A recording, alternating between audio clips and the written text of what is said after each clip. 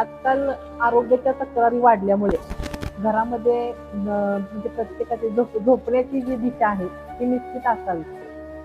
शास्त्राचं मत असं आहे की प्राक शिरशयने विद्या धनम आयुष्य दक्षिणे पश्चिमे प्रबला चिंता हानी मृत्यू रथोत्तरे. प्राक शिरशयने विद्या, पूर्वेला तोंड करून झोपल्यानं विद्या प्राप्ती होते. प्राक शिरशयने विद्या धनम आयुष्य दक्षिणे, धन आणि आयुष्य दक्षिणेला डोकं केल्याने मिळते.